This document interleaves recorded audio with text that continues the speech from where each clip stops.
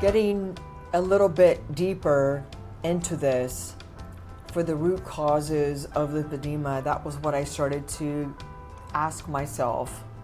Because I always look at medicine, I always look at anything that I'm researching is, what are the potential root causes of this condition? Because I feel like if we can find and understand the root causes, then that's how we find treatments. We could find things that we can apply that will actually work. You know, can we understand why lipedema occurs?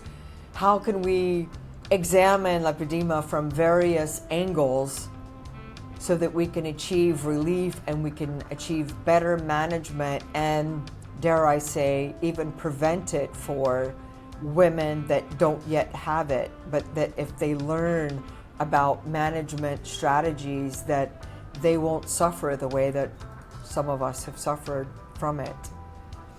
All right, so let's get into this piece. I find this so fascinating, and I'm unable to actually move my window.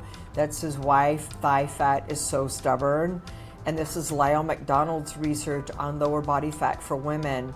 And I am fascinated by the research that he does. He's probably one of the few researchers that totally goes down the rabbit hole when it comes to women's bodies. As a matter of fact, he actually wrote a book for women. I think it was called The Women's Book, and this was after he wrote The Stubborn Fat Solution. I'm not sure when he did The Stubborn Fat Solution, but I read that one several times, and I read The Women's Book. I mean, it's a lot of information. He said he spent several years writing it. And if you get a chance to read this book, it will blow you away, the things that you find and that you learn about pathophysiology and just physiology of the human body. So let's dive deep into lower body fat on women and why thigh fat is so stubborn, as an aside to lipedema.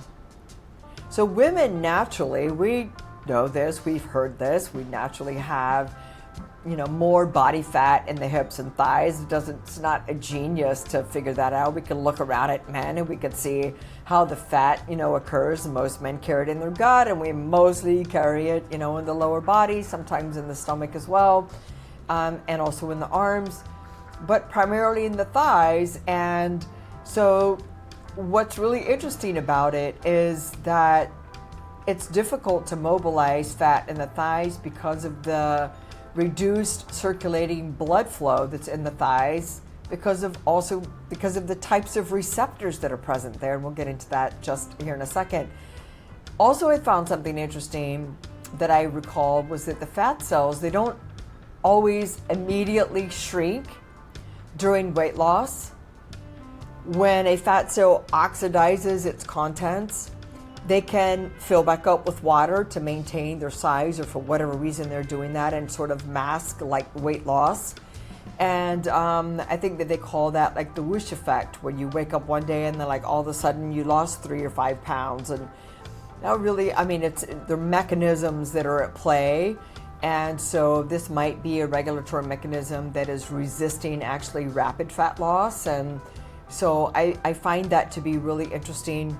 But in terms of fluid in the thighs, actually, I can visually see when my thighs swell and reduce due to water content. I can see it in my thighs. I can see when I consume a lot of water and sodium and or have more carbohydrate than what my body can tolerate. I can see and feel my thighs swell up. And then when my body releases the water, I can watch them kind of like deflate. It's the wildest thing ever. So I know that water fluid is an issue for me for my thighs. Could also be the same for you. All right, so let's talk a little bit about nutrition and how dietary fats can actually affect fat mobility. I find this to be fascinating as well. When I was reading this in I don't know if it was a Stubborn Fat Solution or in the Women's Book, but it just kind of blows your mind, and it really tells you that not only do calories matter when you're trying to lose weight, but where the calories come from also matter. So let's get into that. The food that you're eating that is primarily saturated fat produces a firmer, more resistant fat. or resistant to dietary efforts. So when the diet is high in saturated fats, the body can store a more firm and dense fat. Now this fat is more difficult to mobilize, and especially in the areas in the hips and the thighs where we've got less blood flow and the types of receptors that are actually present. And then so saturated fat is less prone to being oxidized, so that means that it's harder for the body to break down and use for energy. Monosaturated fat, on the other hand, produces a softer, more malleable fat.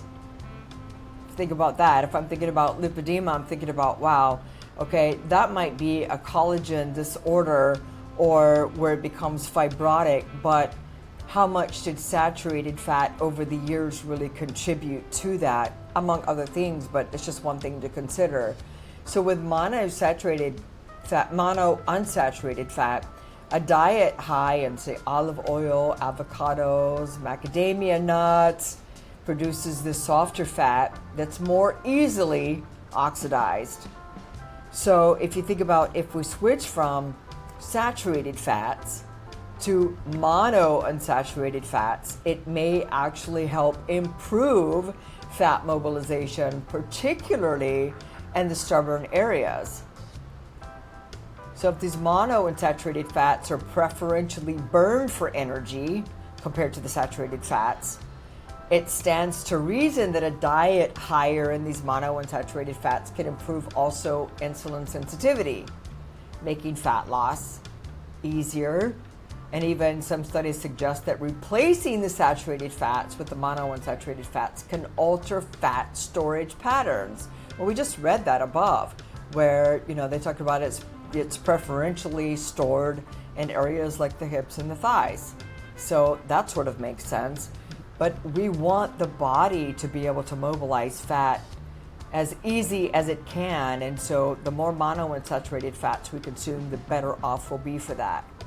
So the implications for lipedema would be for where the fat is abnormally stored and it's often fibrotic. If we adjust the dietary composition and we're focusing on the olive oil and the avocados, what do they call that? The Mediterranean diet, where it's fish. We could reduce the density of the stored fat, making fat easier to mobilize and oxidize when you need to, and enhance the oxidation of the stored fat, which might be beneficial in managing this lipedema-related fat accumulation. Actually, Lyle talks about in his book that, since we go through phases of, you lose some weight, it's not like you will never gain another pound or 2 or 3. But if it's unsaturated fat that you're primarily consuming, it stands to reason that you would give yourself a fighting chance to have it oxidized a lot easier compared to saturated fat. So I thought that was a very important point to make. So I titled this slide, The Kicker, Fat Re-esterification, because I was totally blown away by just how the body does this, and it's just mind-boggling and sort of feels like a double whammy to the entire fat loss process. But the fact that fat can be mobilized and not necessarily oxidized and then restored in a different part of the body is just mind-blowing, and it sort of feels like a double whammy to something that is already kind of complicated. But when the body releases fatty acids from the fat stores and those fatty acids are transported and used for energy, they're not always burned. They're not always used for energy. And then in fact, apparently they can be re-esterified and restored as fat in a different part of the body. And the preferential storage site for females, as we know, is the lower body. So thighs, butt, hips, and sometimes the arms, just due to the hormonal environment and the receptor balance in those areas.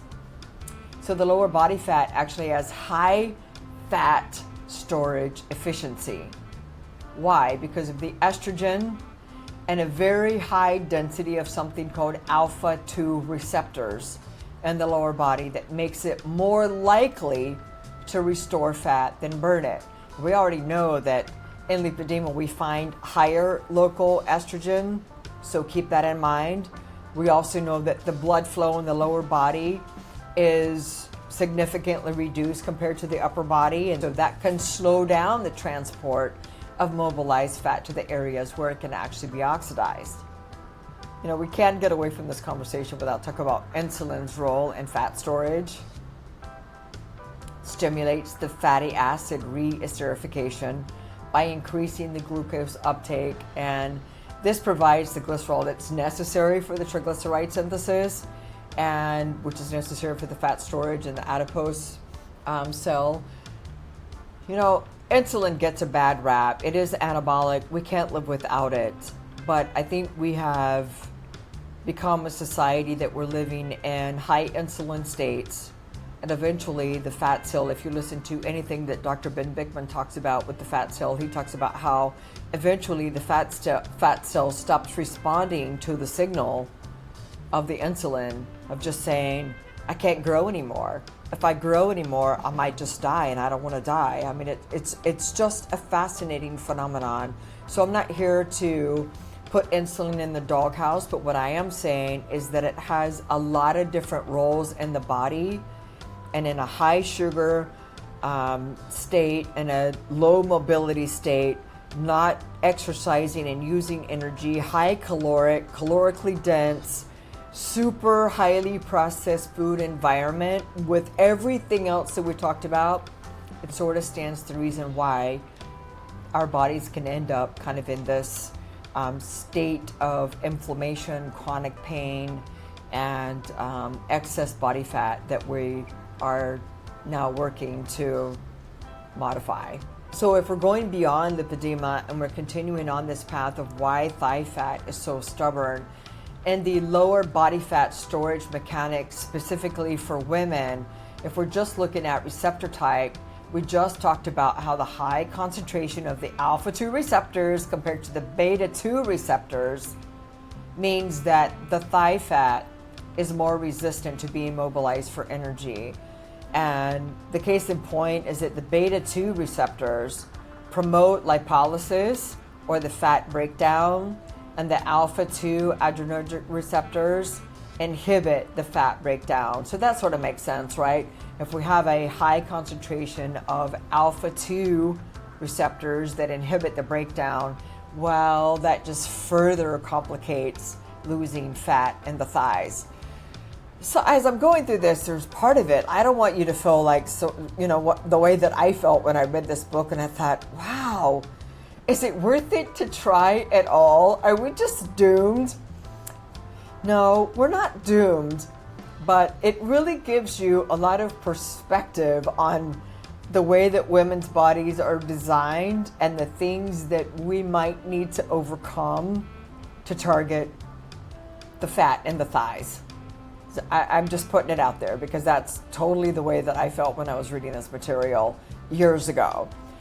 So let's move on to hormones. We already talked about estrogen and how it promotes fat storage in the hips and the thighs, and we know that it's also very heavily localized in lipedema fat. We know that high insulin, chronically high insulin, also contributes in the same way. Lower body fat has greater insulin sensitivity.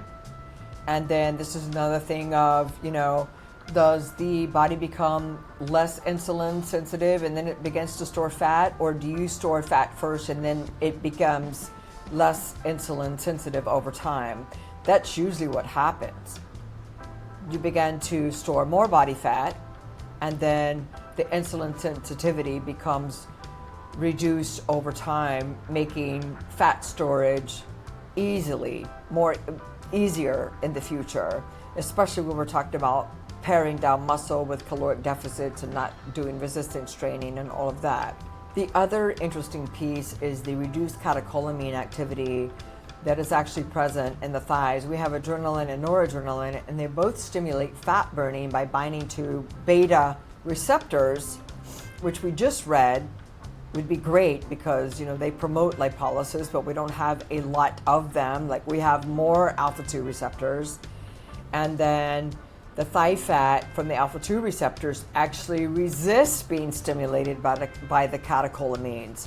So it feels like it's even another whammy of like something that feels like it's kind of like, is this really going to happen? Like there are things that we actually probably have to overcome, and that's why it's necessary to have like a lot of different types of strategies, because of all of the physiology that's involved here that we're now seeing. Oh, hello. So let's talk about how this affects fat loss in women.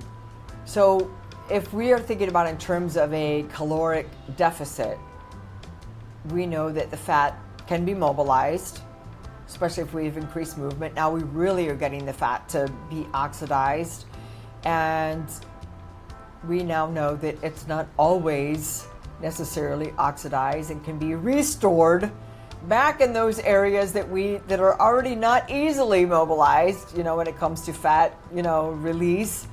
And one strategy could be fasted exercise with the catecholamine stimulation, like yohimbine. I would say that use a lot of caution with yohimbine. Do your research on yohimbine. I've tried it. Has some really bizarre side effects to it. Will definitely raise your blood pressure, your heart rate. You'll go through periods of like hot and cold. I mean, the effects are wild. So think about that. It does work well, but just a word of warning. Look into it before you implement it. Don't just take it and think, oh yeah, I'm going to implement this, because you could get yourself into a world of trouble by not doing some research on it before you decide to try it. But that said, it is known to help reduce the alpha-2 receptor inhibition and help the fat be mobilized and oxidized. And why does this matter for lipedema?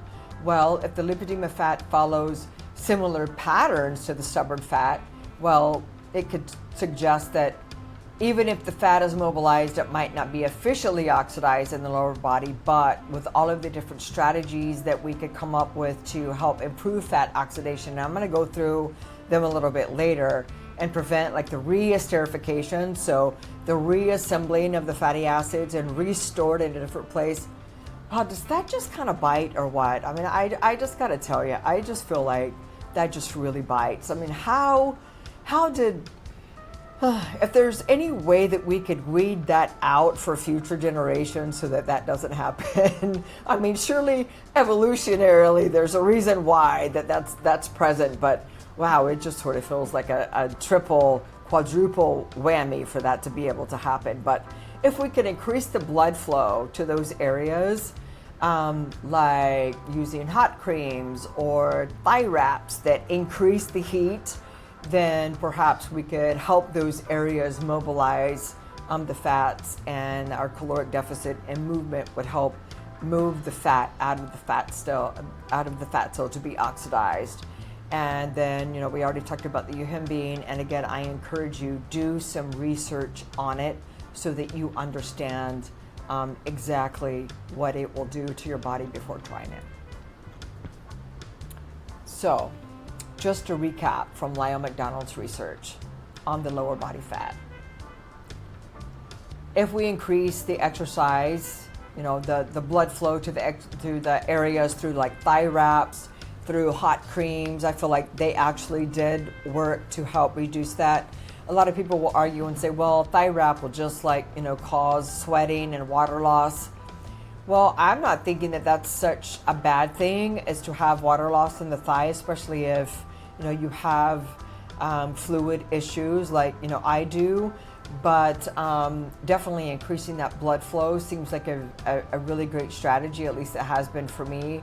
And then the dietary, adjustments with the proper macronutrients, focusing on the right fats, prioritizing the monounsaturated fat, prioritizing proteins, and all of that good stuff. Because lipedema makes it harder to lose these fats, and so we have to incorporate all of these things and think about it from all of these different angles, and that's exactly what we're doing here. we're thinking about this from all of these different angles of what we can do to help target lipedema fat. It's what all of this is about. And I encourage you to remember, again, it's not just excess fat. It's a connective tissue disorder. Collagen is abnormally thick and rigid. Tissue stiffness, poor circulation, nerve compression, chronic inflammation, pain, swelling, fat that's resistant to oxidation. We talked about hormones, estrogen and how it plays a key role, and that the issue is structural and metabolic. So if we're taking all of these into consideration, you now should have a lot of keys that will help you in your journey to reducing not just body weight in general, but also targeting subcutaneous fat, stubborn fat, and lipedema fat.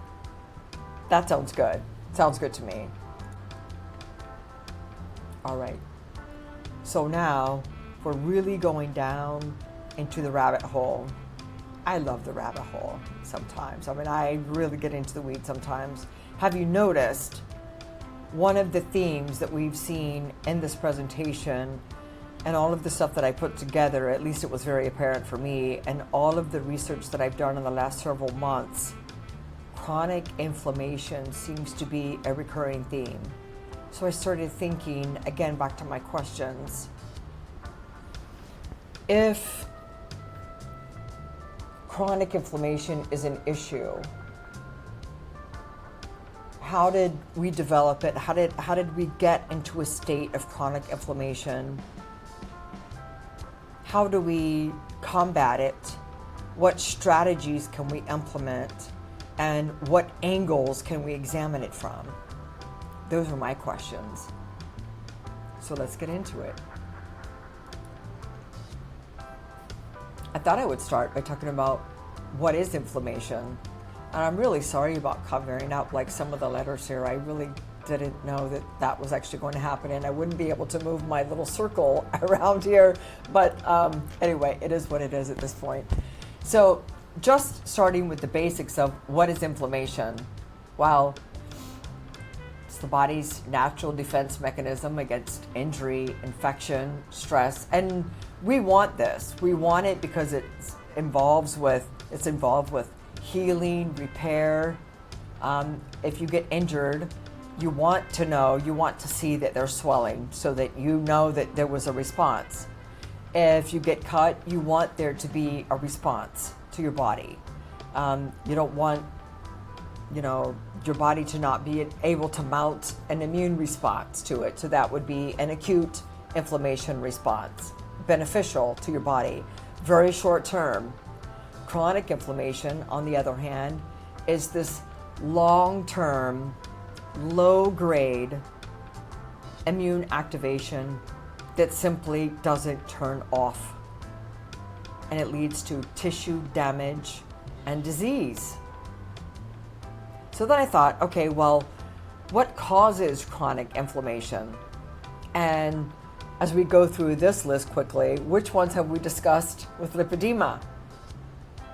Well, excess body fat, fat cells release inflammatory molecules, poor diet, we talked a lot about that, insulin resistance, we'll get into a little bit more about that, but not so much, but we know that high insulin states, blood sugar spikes that are constant, being in a high blood sugar state all of the time, a high insulin state all the time, also disrupts cellular function. Having leaky gut from toxins, mitochondrial dysfunction, that can cause impaired energy production. Being exposed to toxins, boy, isn't that a hot topic these days with pollutants and heavy metals, in your water, or mold exposure. If you listen to Dave Asprey, he really believes, and I believe him, that mold exposure for long periods of time affected how his body responded to his weight loss efforts. Look up his channel sometime. He is a fascinating figure to learn from. Chronic stress, that's next on our list. So elevated cortisol, keeping the body in this low-grade inflammatory state. Sleep. How many people now are talking about sleep? Interrupted sleep, getting to sleep really late, getting to sleep really late, getting up early, very short nights. They say that you can never make up for the sleep, but just sleep. Do some research on sleep and see like how you can improve your sleep, because that also prevents like the inflammation from being turned off in your body, and it also causes a lot of hormones to be disrupted, like their pathways. Infections, so lingering infections can keep the immune system overactive, and then hormone imbalances, low testosterone, thyroid dysfunction, and even estrogen dominance can drive inflammation. So then I thought, what about the manifestation of chronic inflammation? So now we've defined it.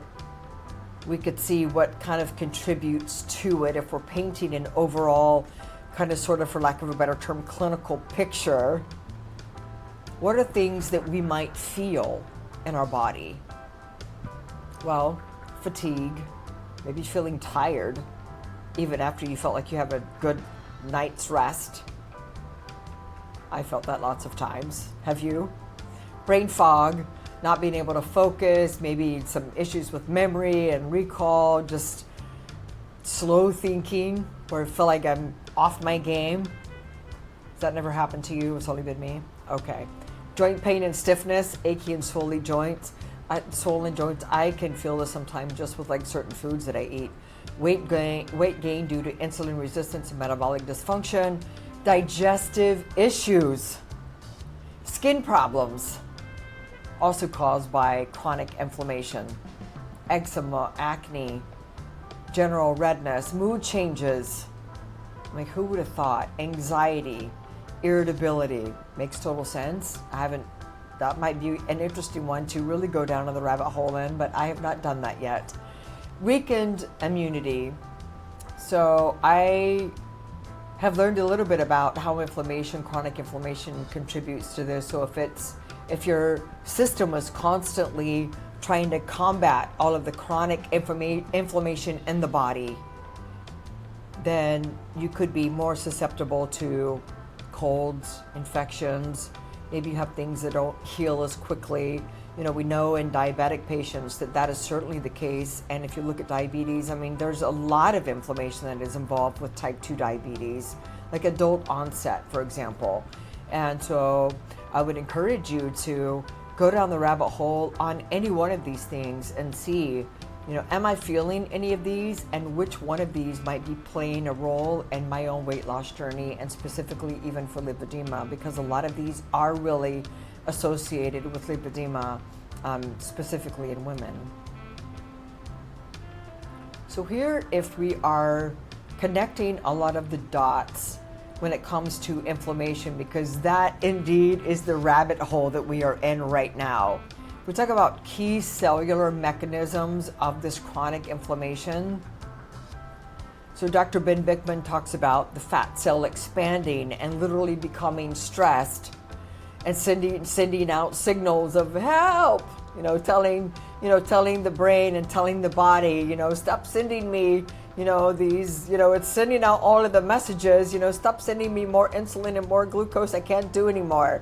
So it releases these inflammatory cytokines, specifically TNF alpha, the IL-6 and IL-1 beta. And then we have macrophages, which are part of the immune system, that come in and flood the fat tissue, that further drive systemic inflammation. I don't know about you, but this is really fascinating just to look at the core of just how much inflammation affects lipedema, the state of lipedema fat, the fibrotic fat. Insulin resistance leads to, when it increases, leads to more fat storage, which promotes more inflammation in the body. Glycation damages cells. This is from excess consumption of highly refined sugar products, highly refined super processed foods, high fructose corn syrup, all of the things that we know that we should have ditched a long time ago, and hopefully you did. If not, maybe you'll do it tomorrow. Leaky gut allows bacterial toxins into the bloodstream and triggers immune responses and inflammation. That's a big one. A lot of people are talking about this today. And then I'll just go back to the previous one. Mitochondrial dysfunction that's creating oxidative stress in the body because the cells are struggling now to produce energy in an efficient way.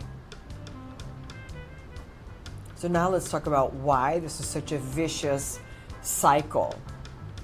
When the inflammation increases, insulin resistance leads to weight gain that also increases the inflammation.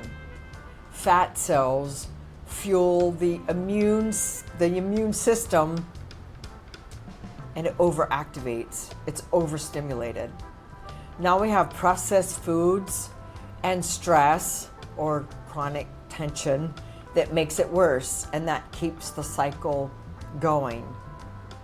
And then when you add in some poor sleep, this prevents the inflammation from shutting off, and then it makes everything even worse.